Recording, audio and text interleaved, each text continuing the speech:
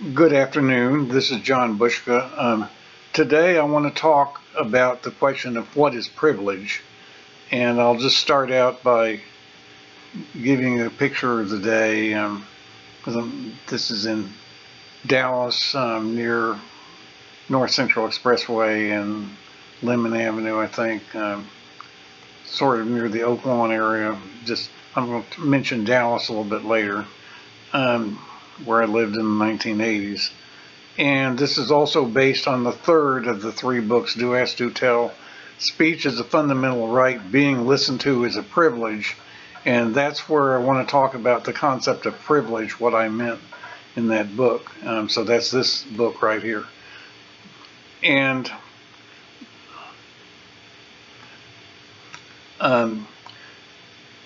I could also tell a story, basically going back into when I was in the Army. In the third week of basic training, I think, just let me bring up 1968.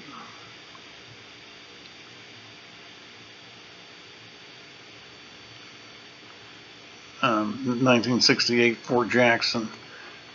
That's the picture of the Basic Combat Training Museum. But when I was in basic training, after 3 weeks of basic training, we got what they call post privileges. In other words, a privilege, what we're talking about is two kinds of privilege, and the most important kind. And what I'm meaning in the book is conditional privilege, which is based on the idea that you have a relatively smaller cohort of people compared to the entire population, and they want something and they have to do something to earn. Each individual who wants that, who's going to get that thing, has to do something to earn it, or people collectively have to do something to earn it, which was that we had to do well enough in the first 3 weeks of basic training to earn the right to go out on Saturday anywhere on the post and eat where we wanted, and on Sunday afternoon, unless we had detail or KP, for about a roughly probably 36-hour period. So that's an example of a conditional privilege, which you have you're allowed the capability to do something that you weren't normally allowed to do before. And that's kind of that's kind of what I'm referring to in the book. Just speaking is a fundamental right. Speaking to other people, and to some extent speaking on the internet, but having people take you seriously is rather like a conditional privilege. You have to sort of earn the right to be taken seriously and have an influence on what happens, acting with your own agency rather than acting simply by participating as part of a group, as part of group protests, or supporting organizations with money and so forth. That's something that means a lot to me. So in my sense, I had you could have the freedom of speech, and you could even have the freedom of reach, to actually reach a lot of people and find you on search engines, which is something I had even before there was social media. I had freedom of reach,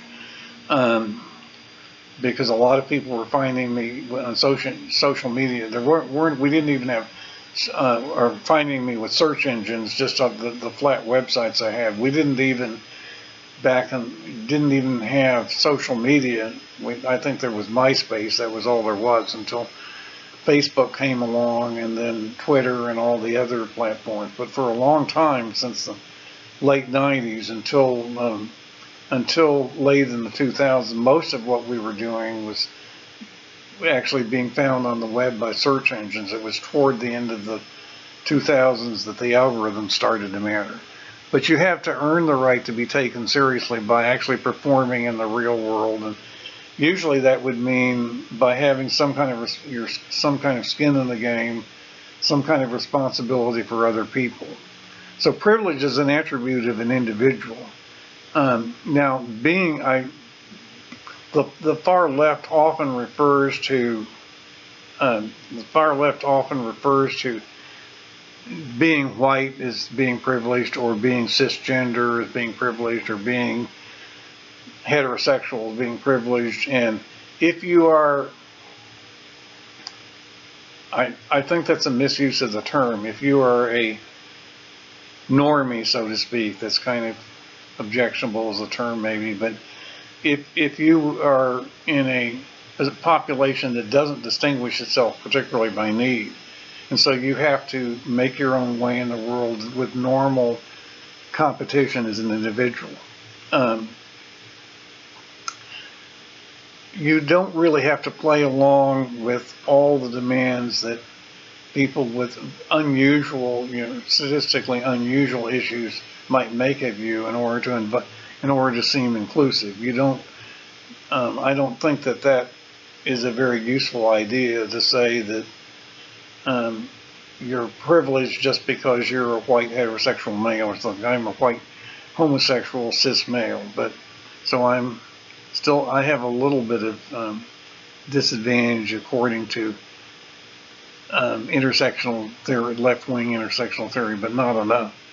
Now, marginalization is a property of individuals who fall within certain social groups or cohorts that traditionally or historically had a lot of issues.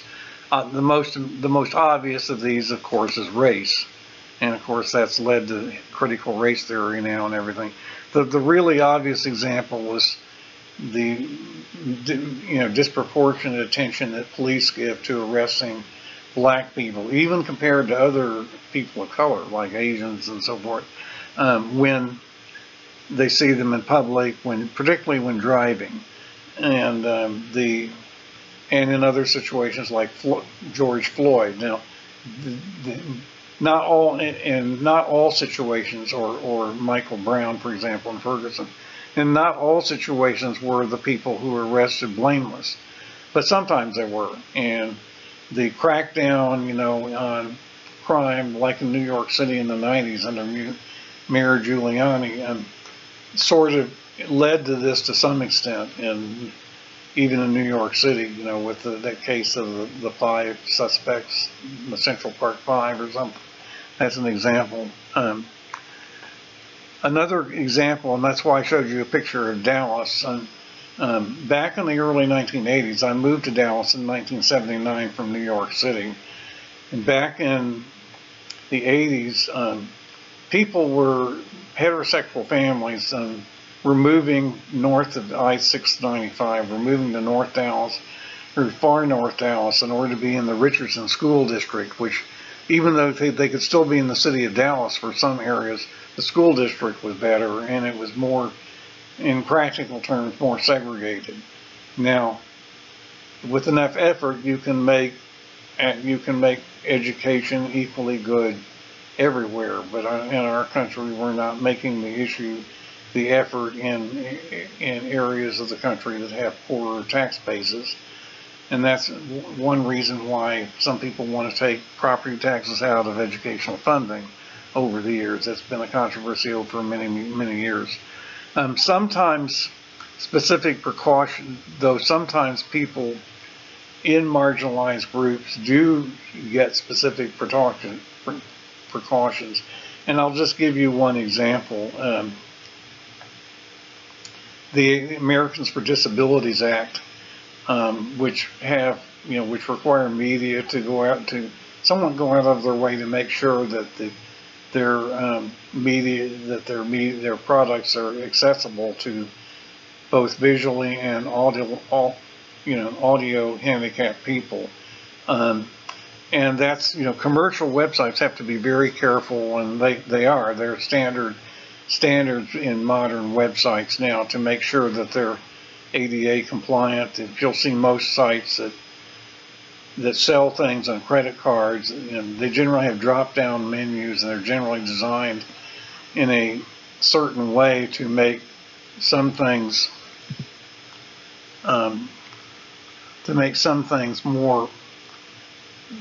make things easier for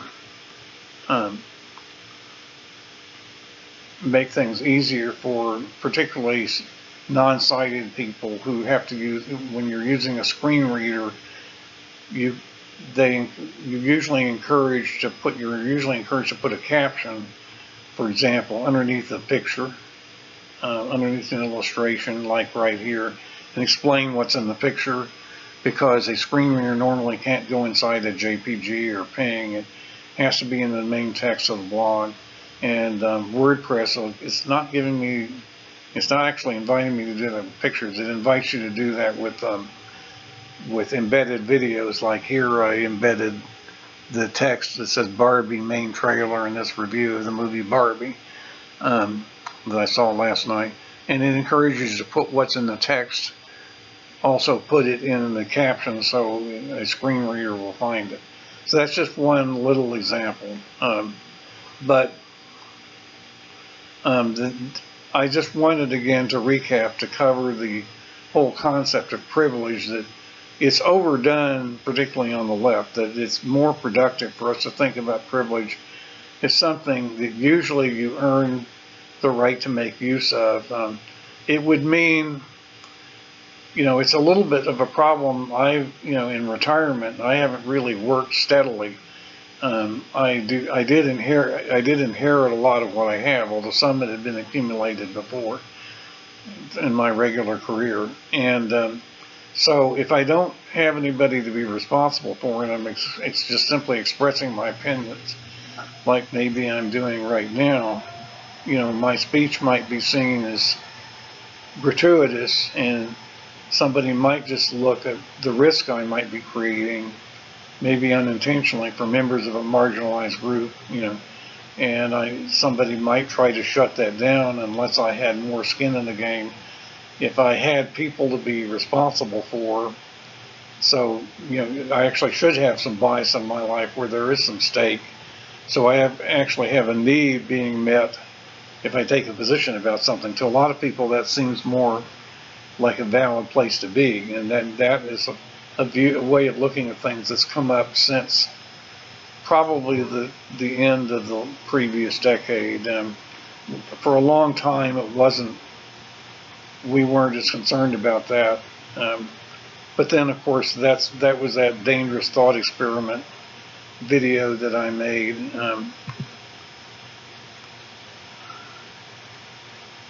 Don't know. Actually, let me see if I can. The screen reader is getting in the way.